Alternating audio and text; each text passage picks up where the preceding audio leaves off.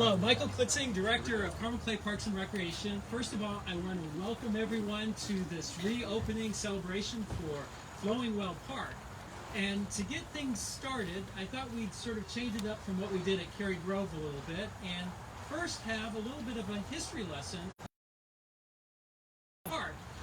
We are working on developing an ever greater relationship with the Carmel Clay Historical Society, and we have Andy Wright here to help us learn a little bit more about Flowing Well Park, and I'll turn it over to Andy.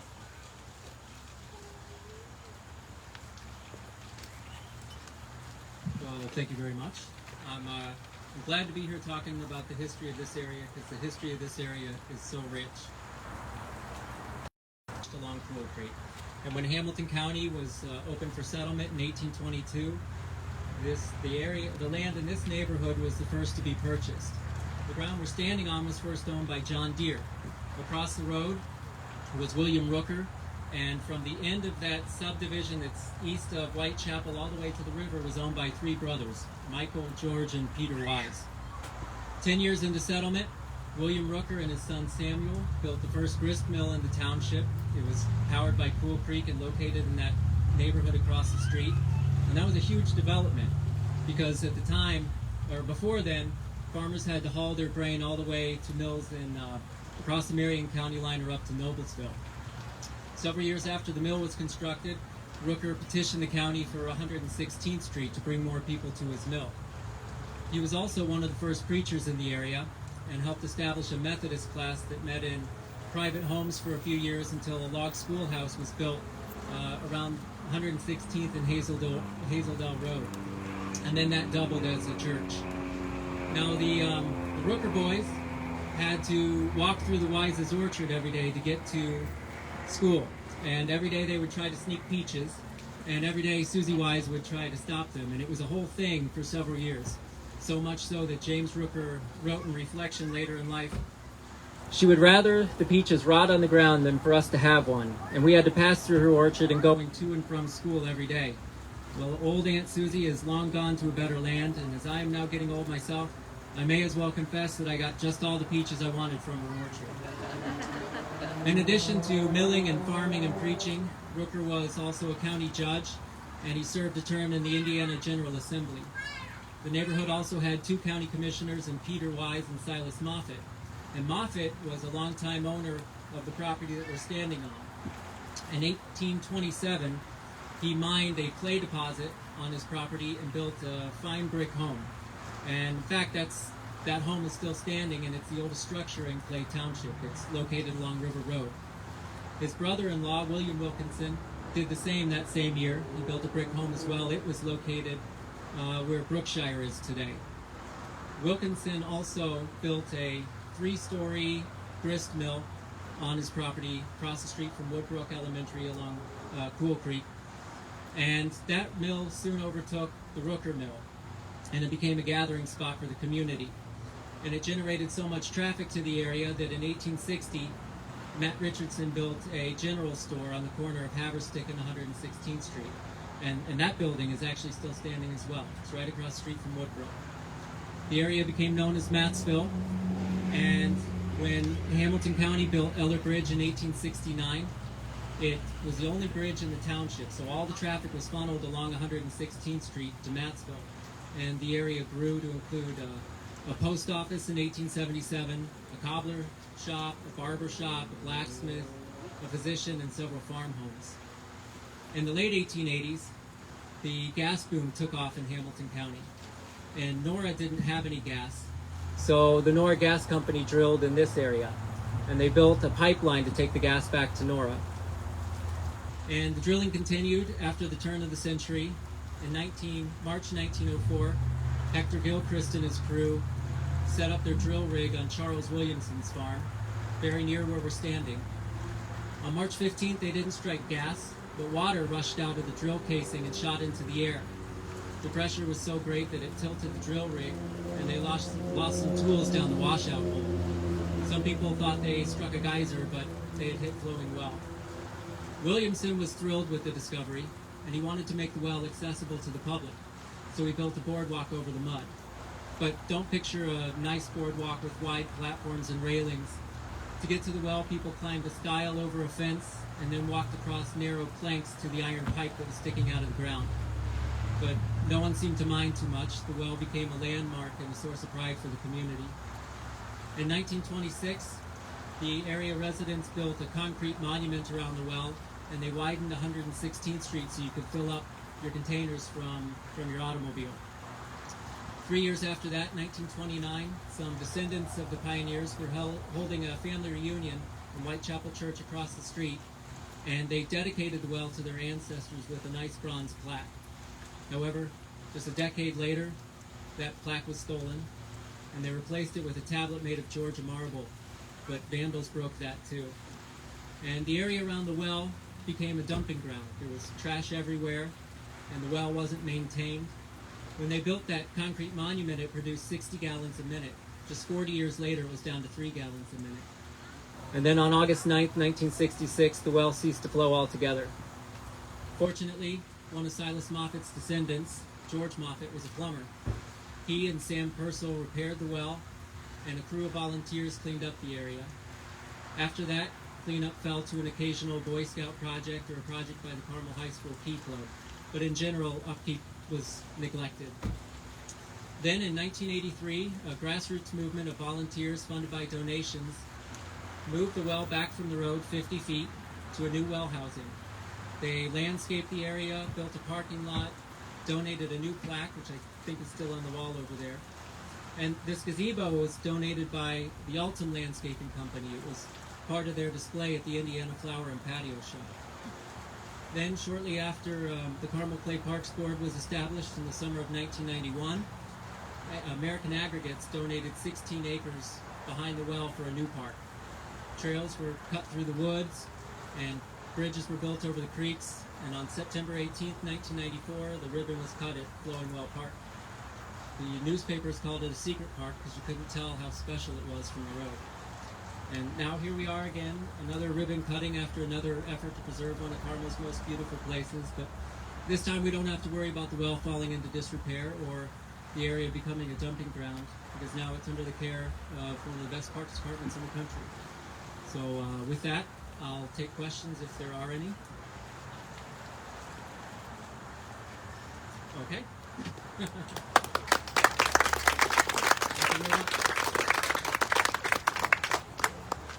Andy, thank you so much for sharing that history and truly a special place. Before we go into some of the additional comments and remarks from some of our community leaders, I do want to recognize a number of the dignitaries that are here today to join us in this incredible celebration. First of all, this project wouldn't be possible without Clay Township and the Clay Township Impact Program. So I want to give a big thanks to them. We do have all three members of the Township Board here. Mary Eckert, who's the current chair of the Township Board, Paul Hensel, as well as Matt Snyder. So I want to give a big thanks to the Township for their commitment to Carmel Clay Parks and Recreation and to the true impact they're making through the renovations that they're helping to fund, not only in this park, but many of our parks. Also here for the Park Board, we have Rich Taylor, who is our board president, over there. We also have Linus Rude and Jessica Beer. If you want to raise your hands. I don't think I see any other board members here today. And also want to welcome our dignitaries from the City of Carmel, Kevin Ryder, as well as Jeff Morrell and Adam Mason with City Council. Thank you all for joining us today. Also want to thank some of the individuals that helped us construct and renovate this park, that have helped create what was already a special place into an even more special place. First of all, our design team, Alan Jacobson and Tom Stapleton with Schmidt Associates. We also have Scenic Construction, which was the general contractor. Tony Biasi is here. And then also helping us manage the project, we have Dave Ford back here in the audience with CTI. And also want to give a big thanks to Martin Marietta, the successor of American Aggregate. John Schuler, a longtime employee, is here.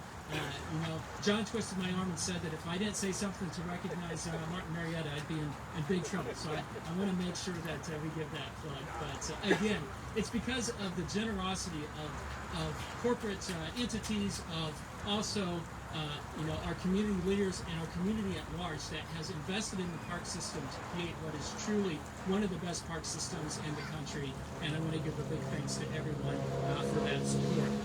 So here we are today to celebrate the reopening of Flowing Well Park. And Andy talked a little bit about the history and about the significance of Flowing Well. And obviously, Flowing Well, the well itself has been one of the treasures of this park, and people come from all over to fill their jugs. But one of the things that's incredibly exciting to me is that, it's 16 acres, and beyond the well is Cool Creek and some incredible trails. And what has happened because of this renovation is people really have begun to recognize that hidden gem that we've had. I used to call it one of the best secrets in Carmel, and let me tell you, it's no longer a secret. What I find now, and I get such great joy, when I go back past this parking lot on 116th Street, before the renovation, I'd see a number of cars here, and almost the vast majority of people would be lined up to fill up their jugs. And that's great, because that's what this park is about. But now when I come and I see all the cars, it's more likely than not that there's no one in line at the well. That means everyone's exploring the trails, stopping in the creek, and enjoying the great nature that we have right here in the middle of Carmel. And to me, that's incredibly special. And without the investment that Clay Township has made, I'm not sure everyone would have been aware of the true hidden gem that we have here in Flowing Well Park. So to begin acknowledging this incredible renovation, I would first like to invite Rich Teller, the president of the Carmel Clay Board of Parks and Recreation, to give a few remarks.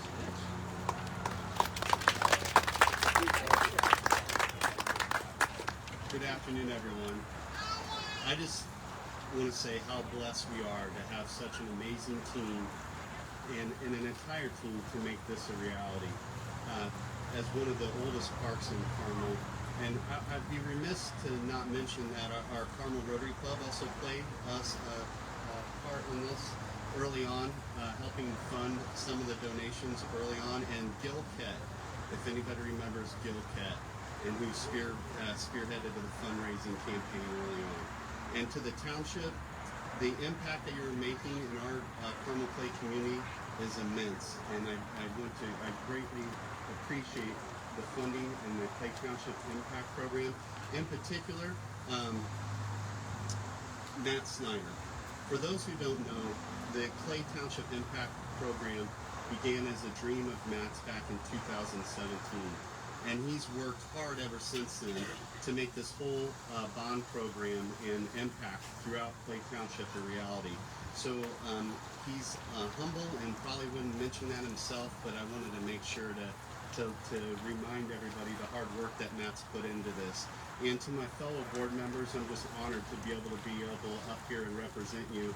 And this park is very special to me as somebody who has 2 young children. We were just creek stomping back in the creek 2 weeks ago, and seeing the number of families back there. When I used to be able to sneak back there and it was sort of hidden, not very many people knew. When you see 4 or 5 families back there enjoying the creek, and it seems like they've been out there all day, you just know the impact you're making. So I just wanted to take a moment to say thank you and appreciate everything. Staff, you're the best in the business. Another gold medal winner. Thank you, Michael and his team, and the design team and construction team. But thank you, everybody, and appreciate you being here, recognizing the accomplishments of this park. Rich, thank you so much. And as Rich said, it really has been a true team effort to make this possible. And just to highlight a couple of the things that we've done with this park. Obviously, up here in the front, we've expanded the parking. We've added restrooms, which were very important. One of the number one requests that we received as a park system for almost all of our parks was to have restrooms so people could extend the stay that they have in the parks. So now it's so much easier for the families that are coming to Creek Stop or explore the trails to actually be here more than a few minutes. and like I said, the reality is probably some of the younger ones were still doing what they need to do, but now we have a proper place for that to happen, and thanks to the township for that.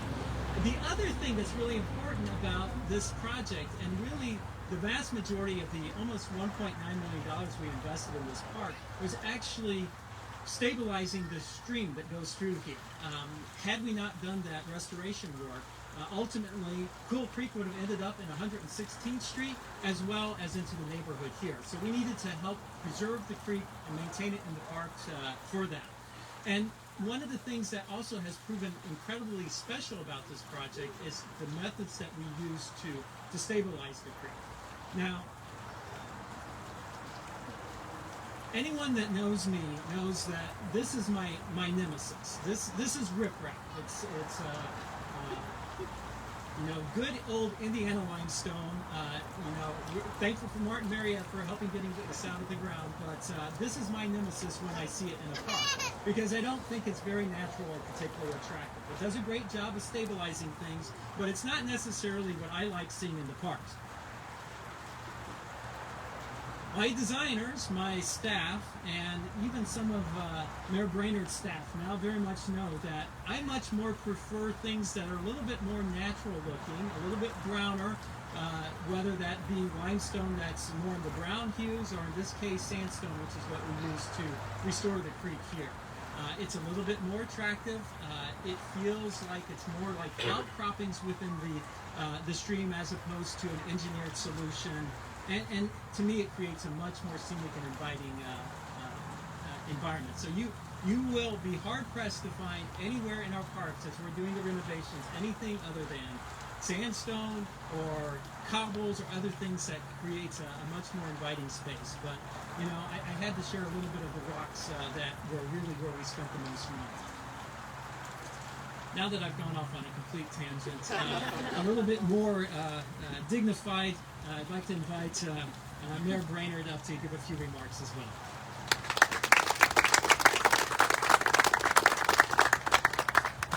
Thanks. It's good to see everyone. Last time we had a ceremony in this park, it was to welcome the head of the United States Department of Interior.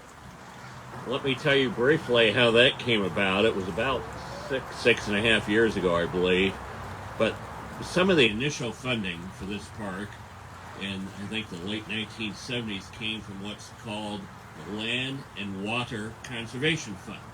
And the Land and Water Conservation Fund is a federal fund, or a federal tax on companies taking fossil fuels out of the ocean. And the idea back in the 1970s, during, I believe, the Ford administration, President Ford's administration, was to take some of that money as we're depleting the fossil fuels out of the ocean and spend it on land to make our environment on land better. And it was authorized for 50 years.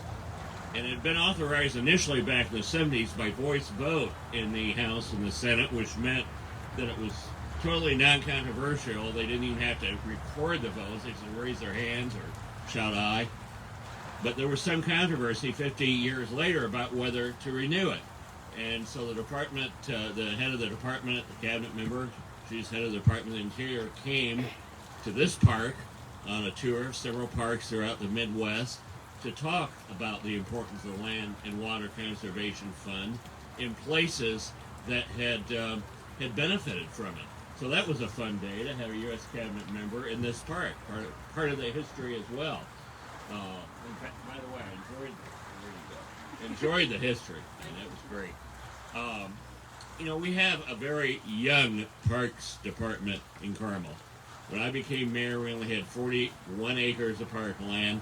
Half of it had been turned over to the county parks department to manage because we only had 2 employees, a full-time parks director and a part-time administrative assistant. That was it. And we worked hard we knew that if we were going to have a competitive, beautiful city, we needed to preserve land, we needed to build parks, both natural areas and places for recreation. We needed a community center, and it's very gratifying to see the community, corporate side, staff, various service groups all come together to help, and of course, city council and township government to build one of the best park systems anywhere. I'm looking over there at our staff that does this every day. So that's a tremendous thing that's happened here. The improvements are great. I was over here a couple, I think it was Sundays ago too. A beautiful day like this, a little warmer, but I was walking around the paths. And here's one family out on a sandbar. The kids are playing in the creek, and the parents are sitting on lawn chairs in the middle of the stream. And then I walked around another bend, and there's another family doing the same thing. And it was great to see. The park was crowded. I'd never seen this park so crowded. So that was a wonderful thing too. So anyway, I'm looking around this group. Everybody here I think had some sort of hand in this. So we should all celebrate. Thank you. Thank you, Mayor Brown. I also would like to invite Adam Asen, one of our city council members. We're actually standing in his district. He was very helpful for me to help communicate, especially to the constituents in this area, the progress on this project and communicate efforts. So I'd like to bring Adam up to give a few remarks as well. Thank you, Director Klitzing, and I want to thank you for all the work you did to make these upgrades. They're amazing. Me and my wife and daughter walked the park and really enjoyed it. I do want to thank the Clay Township Board. This is a township project, not a city council project. So I'm here to say that the people of Southeast Carmel who I talked to are so thankful for the investment that you've made. While it was under construction, I kept getting questions. When's it going to open? I need to get my water. I can't buy my water at the store. When's it going to open? So people were very excited to have Flowing Well Park reopen, and all the reviews have been great. This has been a treasure for the community for many, many years, even before it was a park. My wife and her family grew up across the street, lived across the street, and have many fond memories of walking the trails, and actually when they had a dog that they had to put down, one of the last places they took him was here at Flowing Well Park because it had such a fond memory for them. So it is an important part of the community. The upgrades are functional because we have increased parking and improved bathrooms, but I also think they create additional appeal. Just driving past, you see people who not only are filling their water jugs, but now going into the trails and seeing a little bit of nature in our growing city. I tell people a lot that we are a big city. We have over 100,000 residents in Carmel now, but it's amenities like this that make us still feel like a small town. And that's important as we continue to grow, which is a good thing. We don't want to lose our small town charm. And so I thank the Parks Department, I thank the Township Board for everything you do, and the people of Southeast Carmel really thank you.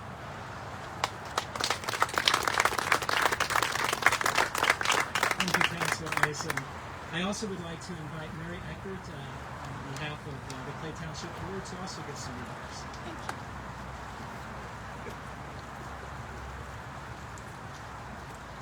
I'd like to ask Matt Snyder and Paul Hensel, who are board members, to come up and join me, please.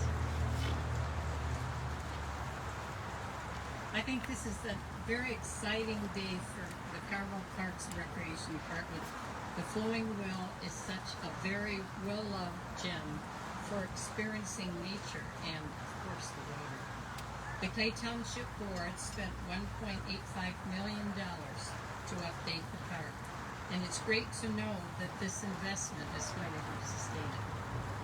One of the primary initiatives of the Clay Township Impact Program is updating and enhancing parks by making them more accessible, safer, and available year-round. Our goal when investing in the park system is to make Clay Township and Carmel an even better place to live, providing vital services to the community. We believe that the updates to the Flowing Well have just done that and will continue to do so for years to come. Doug isn't here tonight, our trustee, because there's an illness in his family, and said he was sorry and wanted me to give you his regards. But he asked me to tell you a story. When he was growing up in the late 50s and 60s, his family went to the church, and at that time, the well was across the street. So between Sunday school and the church services, they would cross 116th Street just to get a drink from the flowing well. I know the community will always enjoy all that the park has to offer, and I thank you very much.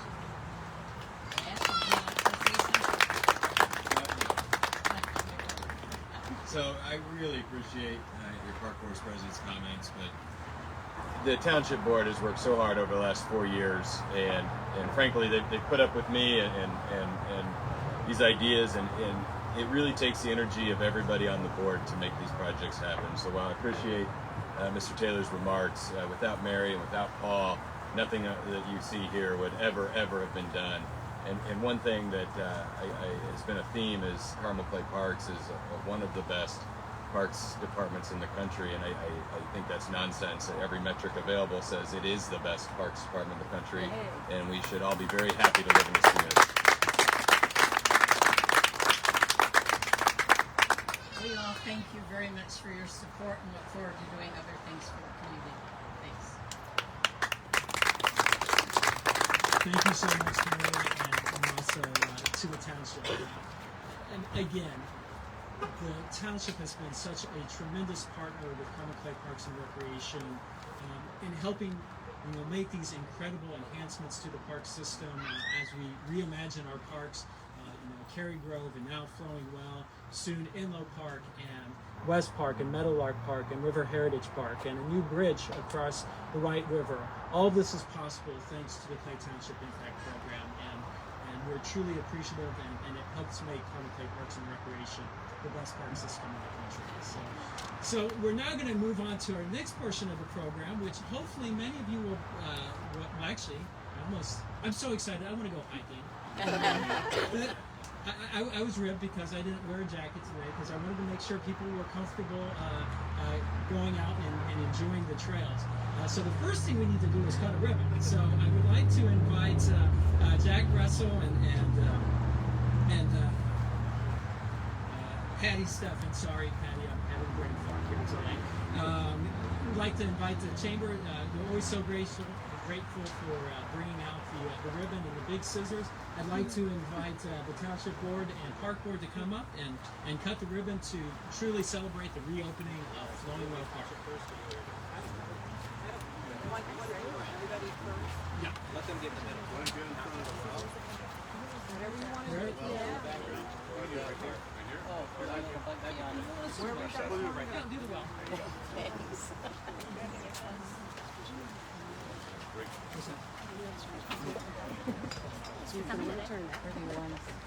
We'll do right over here. Here? Yep. We'll get you right in the middle.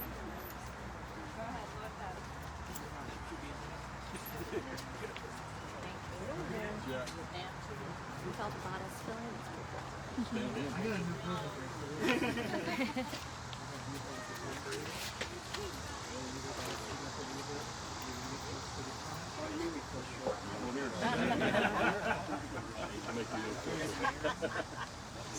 You're fine. Go ahead and tighten up, guys. Oh, you're too big.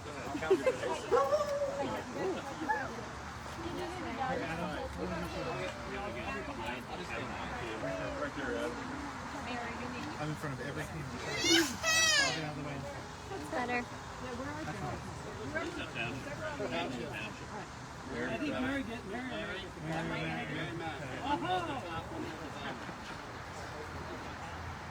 Put your fingers out of the way. Oh, wait, okay. All right, so everyone look at us first. We're gonna get some pictures. Look at all of us that have cameras. And then I'll count down here in a minute. All right, here we go. Ready? 3, 2, 1. Cut it. Yeah! Woo! Hey, if everybody didn't get the moral of the story today when Michael was speaking, if you are multiple families in the water, make sure you run upstream.